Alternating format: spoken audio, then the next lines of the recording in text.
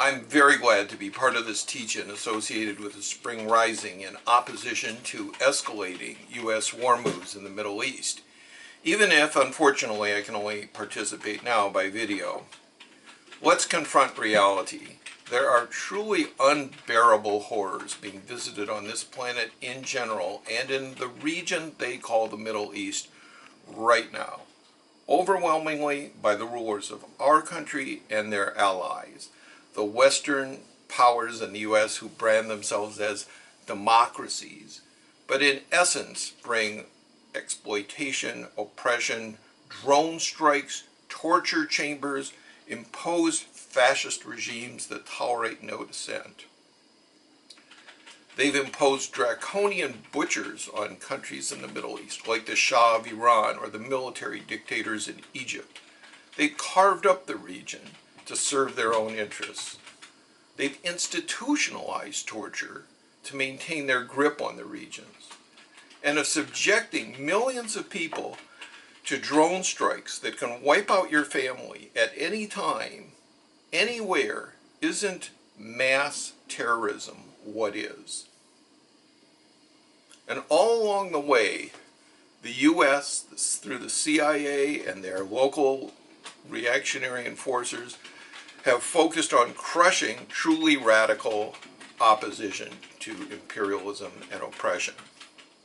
At the same time, as I'm recording this talk or this presentation, it's important for us to appreciate something that's going on in the world and in the United States. There was the courageous uprising of the Arab Spring, which was viciously repressed in places like Egypt and Bahrain. And here in the United States, it's important for us who oppose oppression to recognize and maximize the fact that this weekend of protest in D.C. is taking place at a time and in a context when there's the most encouraging wave of protest against police brutality and murder that's taken place in this country in decades.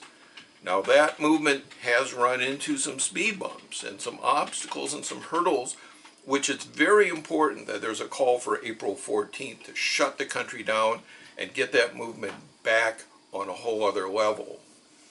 There are connections here that we can seize on and work on that were expressed, for example, in the exchanges between oppressed people in Ferguson and oppressed Palestinian people. Again, there's a seed of something to really build on here in a global struggle against oppression. I want to get quickly to the heart of two stubborn questions that get in the way of resistance to the crimes our country is carrying out in what they call the Middle East and around the world. The first is, let's get this straight. American lives are not more important than other people's lives.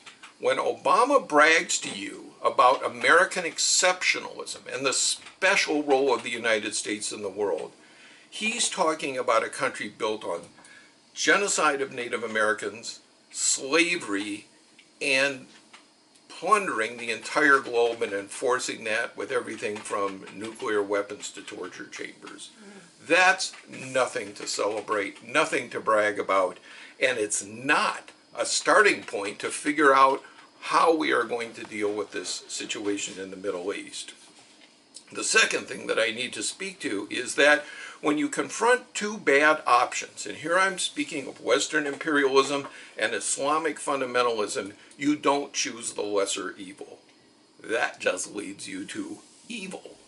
And in fact, complicity with either the United States and its allies or Islamic fundamentalist forces, even passive complicity, silence, feeds the vicious circle between them, where every drone strike builds recruitment for Islamic jihadist forces. These forces do not offer a positive alternative to imperialism. Go see the movie Timbuktu if you want to get a feel for what life is like in that spirit-crushing, very oppressive, very women-oppressive world. Or read an important article up at revcom.us this week, Missing in the Debate over Iran, the Interests of Humanity. And I also want to point to another important resource at revcom.us, and that is a statement, Women of the World Unite to Smash the Patriarchal Imperialist System and Religious Fundamentalism, from Iranian and Afghan revolutionary women. So there's a picture here that we have to break out of the choices that are presented to us. And I pointed out, and I can't go into it in depth here, but I encourage people to read the article I wrote at RevCom, that the situation in the Middle East has not always been like this. In the 1960s, this place was a cauldron of revolutionary and radical uprisings from Palestine to Algeria. And at the heart of that, and at the most radical edge, was the People's Republic of China, led by Mao at that time, which not only broke the chains of imperialism, but was moving towards a world free of all oppression. People say, well, that was the 60s, that was then, and this is now. Well, first of all, the 60s were a lot better than now, and there are important lessons to appreciate and not dismiss. A lot of people in this country felt like Malcolm X, who said, I'm not an American and got sense enough to know it. I'm one of the victims of America. And this was actually a fairly broad sentiment, not just among black people. But yes, the world has changed a lot. That stage of the world revolution was set back.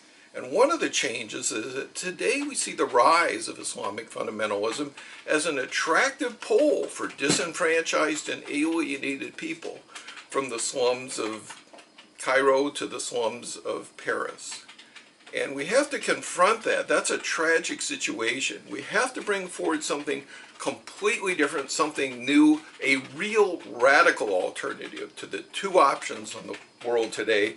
And that's the work that's being done by Baba-Vakian and the New Synthesis of Communism. When you hear controversy about what Baba-Vakian is about, that's what that controversy is about. It's about whether or not the world really needs to be like this, or whether or not we can break through, build on, and take a radical step beyond the advances of the world revolution in the 1960s. Part of breaking out of that is for people to see right here in the United States visible active resistance to the crimes of our government. Right now, Obama is maneuvering. Obviously, we can't support and we have to oppose and protest the moves of the Republican fascists to aggressively attack the people of the Middle East, but we also need to oppose Obama's moves to enlist Iran as, in some form, as an agent of the interests of the U.S. empire in that region. That's not good either. On the other hand, opposition to what our government is doing in any form in that part of the world is the right thing to do morally, and it brings forward and makes a statement to the people of the world that there is another way.